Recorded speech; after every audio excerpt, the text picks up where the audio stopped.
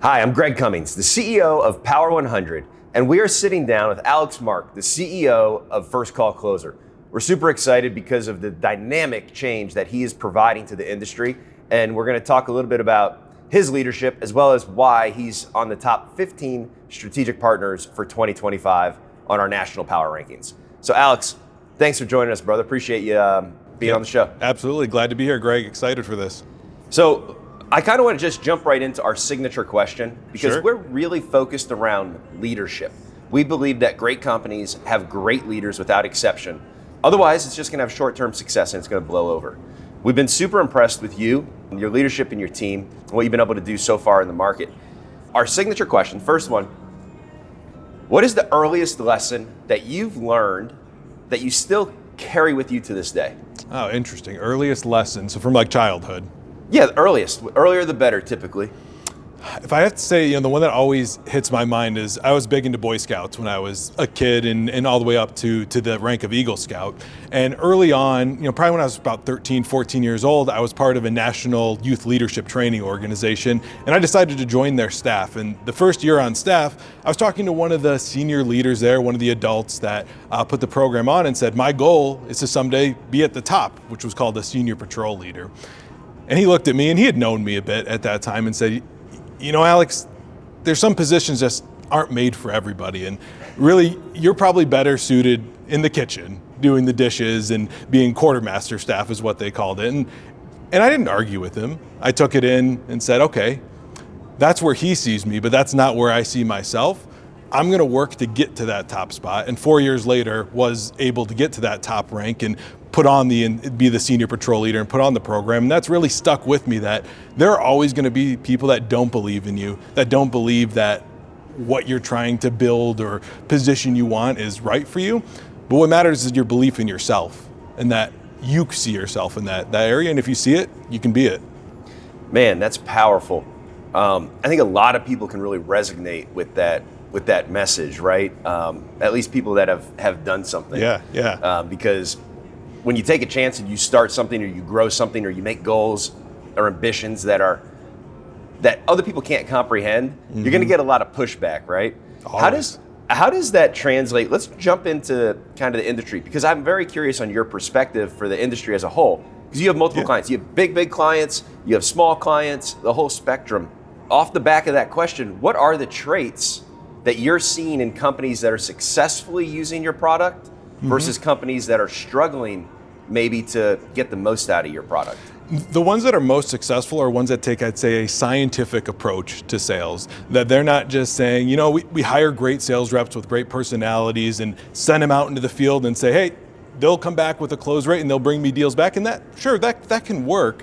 But the ones that are most successful really take that scientific approach to, this is a step-by-step process that I need my sales reps to follow every single time. And that doesn't end when we get to the closing process. That it really is the most important when they get to going through the close and making sure they're presenting financing at the appropriate times and hitting on all of those points that they need to. They're taking that scientific data approach.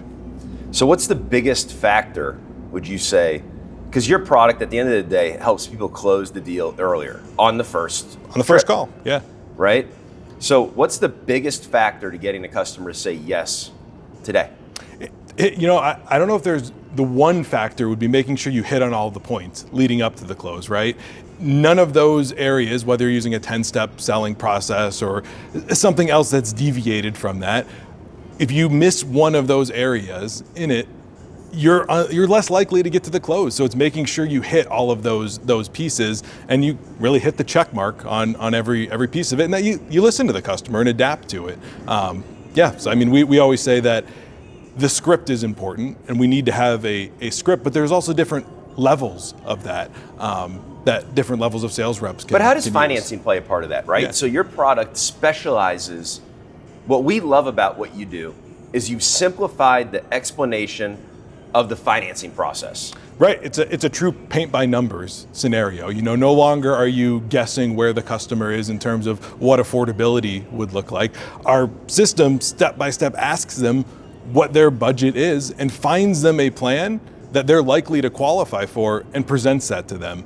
all with keeping intact what the margins of the company needs to be, because that's also a huge important thing. I know when I had my bath company, which is really where the idea for this started, the biggest thing I struggled with the sales reps was, when it came to financing, was understanding, hey, financing is a great tool, but we can't give away everything with it. We can't give them that most discount and give them a 0% for 60 months because, hey, we as a company have to pay for that. Somebody's got to pay for it.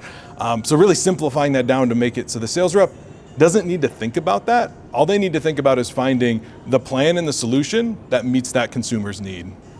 How does, like right now, interest rates, people are kind of running away from loans if they can. Does that translate to your world? You know, I actually don't think they are, because with a lot of our partners in the financing, we're able to offer things like a 0% for 12 months, or we have multiple customers offering 0% for a full 60 months. And that amount of affordability that it gives somebody to say, hey, I don't want to pay interest on this deal. I'm not a fan of interest, but to spread it over 60 months to be able to pay for it is hugely attractive. And of course, we're not going to be able to offer them the same promotions you might be able to offer another customer, but the affordability is what's most important. Yeah, I think it's interesting. I think it's super important right now in this market is interest rates are high. So I'm not going to go buy another house. I'm not going to move right now. Right. However, I don't want to move, but I do want to improve my living, at home scenario. Yeah. Absolutely. At the end of the day. So doing these big projects and having 60 months at 0%, I mean, that's a powerful, powerful tool to close. What would you say is the number one reason that somebody books a demo with you? They feel like they're lacking something when it comes to what their sales reps are doing in the home, and they don't know what it is. Maybe the close rate has dipped over the last few months, or they've hired some new reps and they're just not sure why they're not getting the results that they want. So they jump into a demo with us and say, hey, how can you help us ensure that we're getting the close rate that we need to be a successful company? And then on the flip side, so basically what I'm hearing is people come to you because there's just something not clicking. They want to try to get more out of it, right? They're curious on what it is. Then they come in, you have your onboarding process. They become very successful. Like we've talked to many customers, they're very successful. Why do they refer you? Like, why would one of your clients refer you to another contractor? It's usually different than why they come to you in the first place. Yeah, I mean, of course they see the results, but what's most impactful to me is that the sales reps actually want to use the platform, want to use the software. It's usually the biggest kickback we initially get too is, I've got my veteran guy that's been out there, he does his thing, he's not gonna want to do that. I say, hey, no worries, give it to your new guy. Give it to the guy you're about to fire. Give it to the guy that's not performing and see what he does with it. And then naturally, the veteran guys see, well, what's he doing? Why is his close rate going up? Why are customers more happy? And they start to become the raving fans of it. And then the owners are able to say, yeah, my sales reps actually love this. They love me for giving them this tool that makes their job easier and makes them more money. We see software fail all the time because of adoption, right? Mm-hmm. Great products sit on the shelf or never get off the shelf. There's something better out there for everything. Unfortunately, it's all on the onboarding, the ability to get in front of them, the trust factor, ultimately the adoption rate, and the service behind it, right? But on the surface, products are better or worse, doesn't really matter. If they get the job done and people adopt the actual strategy, that's the most important thing. And that's what we love about your product is I don't want to say, when I first saw it, my first gut reaction was, first call closer is training wheels. You know what, let's call it railroad tracks. I think I just heard a train. So let's call it railroad tracks. Like, you can't get off of it. Mm-hmm. Truly, you could hire a rep tomorrow. They can go in, they can follow the steps on it and close a deal with using financing without, like you said, breaking the bank, from the house. And then that closability just really walks the customer down a line that they're super comfortable. I'm curious though, like initially when we were looking at you, I was like, oh, this is a tool for small companies. That's what it felt like at first. Mm-hmm. And I was like, okay. Then I realized that you have companies like, multi, hundreds of $1 million companies. Right. And I was like, holy crap, this guy's changing the game. And so my question to you is, who has the most to gain? Is it the small contractor, 5 million? Is it the 15 million? Is it the 50? Is it the 200 million?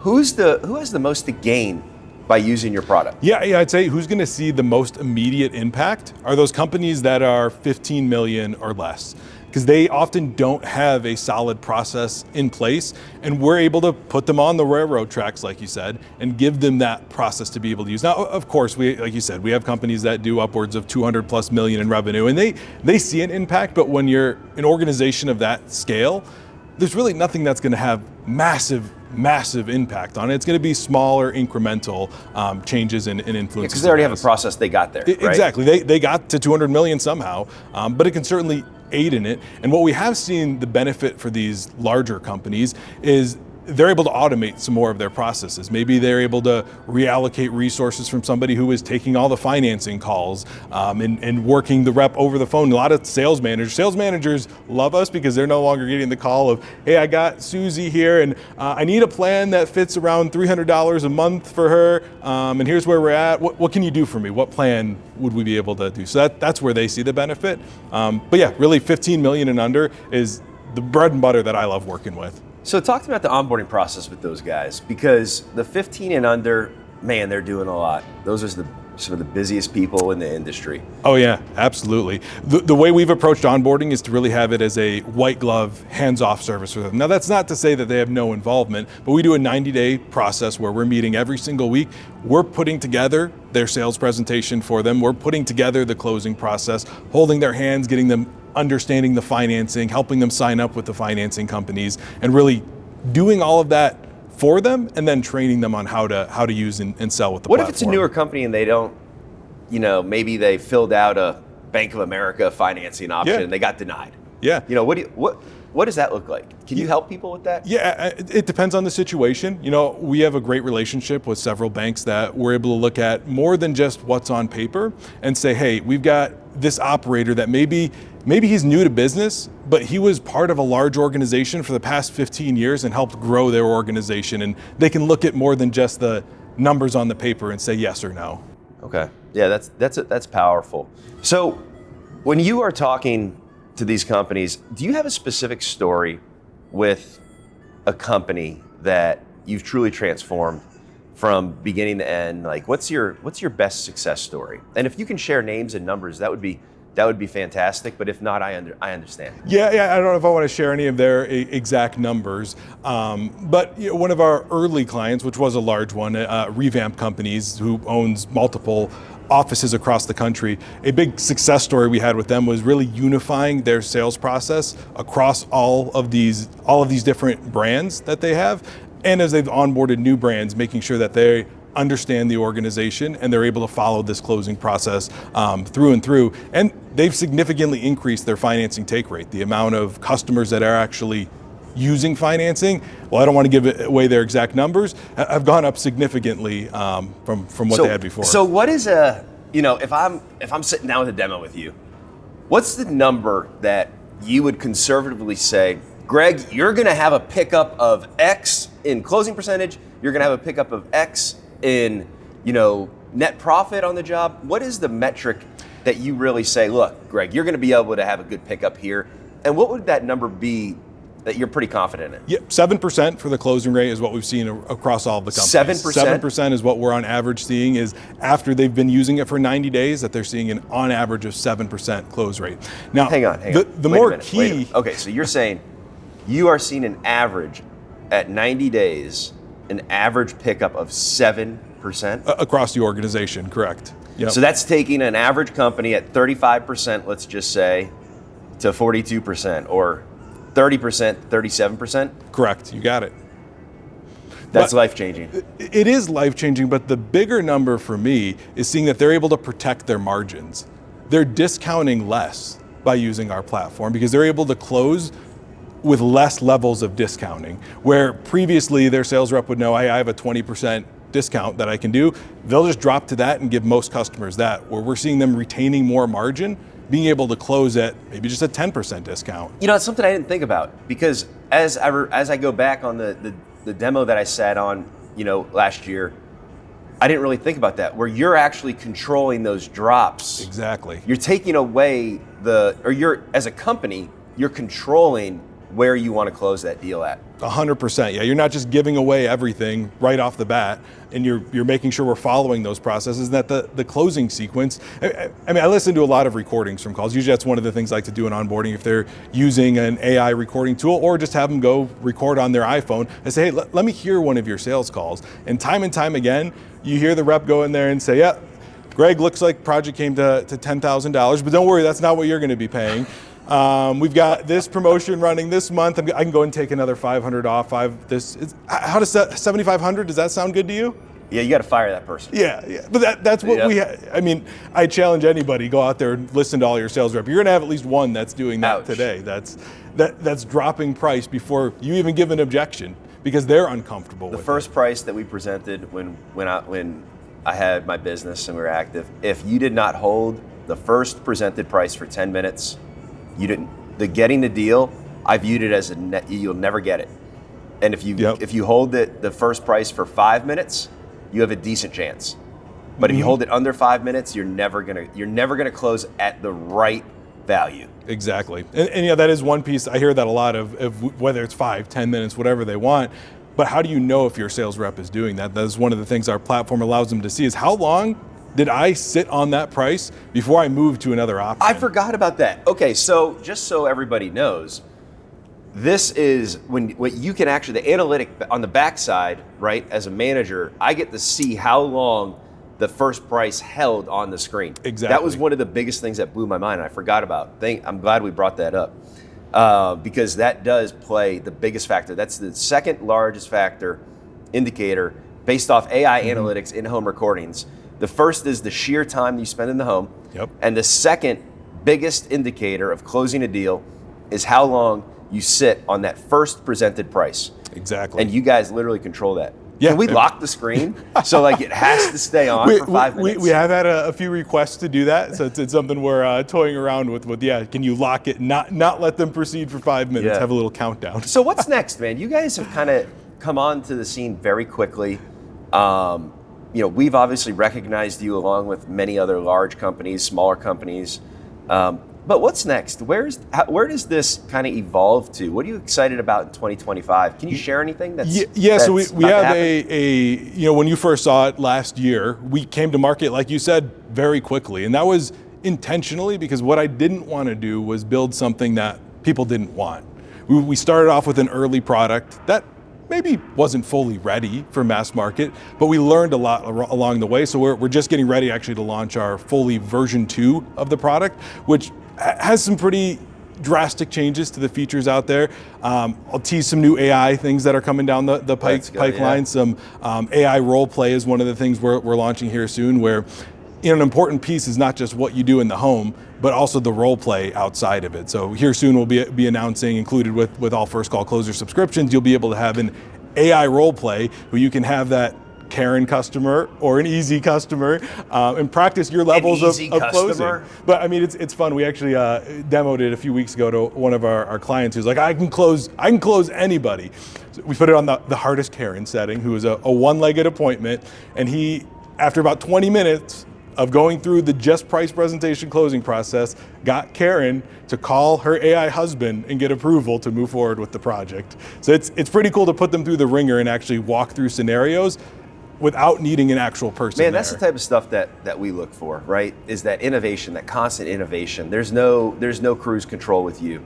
That's the one thing that I've really noticed is you're constantly looking to be better at what you have. You're never happy with what it is, even though it's great, right? Yeah. That's all the greats. Kobe Bryant, Tiger Woods, Michael Jordan, Tom Brady. They could have a Super Bowl, but they go back out 6 a.m. the next morning, right, to improve the product. That's how I feel like what you are, brother. And the proof's in the pudding with how you continue to adapt and change and really push the envelope.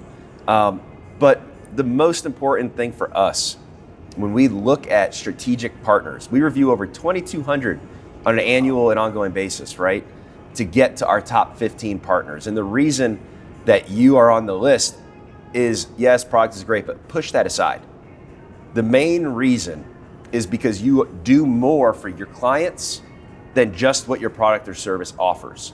It is a significant pickup. You are a partner to them in their entire business. Even though your product focuses on the closing, that's just one thing. And it's like anybody will tell you, the close doesn't happen at the end. The close happens all the way at the beginning. And so when you're able to help these companies, especially the smaller companies that don't have a full system or process in place, dude, you've been there, done that. You've seen it hundreds of times. So for your eyes to come in and just give them 10 minutes of your time or your team's time on the onboarding process, listening to those calls like you mentioned earlier, that is invaluable. That is literally invaluable to them. You can save them millions and millions of dollars of loss, but also tens of millions of dollars of gains in the future.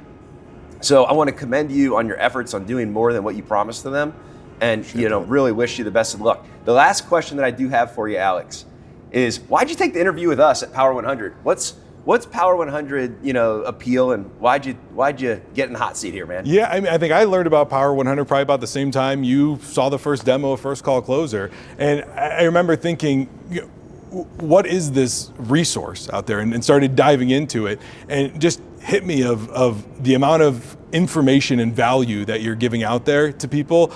I would have loved to have when I was building my bath company, and especially now with the next 100 that's going on. Was so excited to jump into that because there is a need in this industry for vetted, high value content that these contractors can take to build their businesses sustainably and not hit the pitfalls that I know I hit along the way. Yeah, growing my window business, we had to write big checks to make payroll, So if we had these tools and resources, these trusted tools and resources that are vetted out, right, that we're providing, it would have saved us so much time, energy, effort, money. Yep. And then, who knows, personal life as well. One more question I want to ask you is we've been really impressed. Our team's really analyzed the growth that you've been able to take on, the market share that you've been able to kind of acquire really quickly. Is it okay if we follow you throughout this year, maybe a little bit closer, maybe check in on an onboarding process or talk to a couple more of your clients, bring them on? I'd just like to really follow this story because I feel like it's one of the fastest breaking stories in home improvement right now. Would that be something that you'd be okay with? Yeah, absolutely. That'd be great. All right, right on, man. I look forward to it. We'll put that together. Yeah. But I appreciate you being here. We look forward to following your success throughout this year, being maybe a small part about it as well. Thank you for watching. If you like this content, like, share, do whatever you're supposed to do these days. Visit our website, power100.io, to see a bunch more awesome content like you saw today. And as always, power up.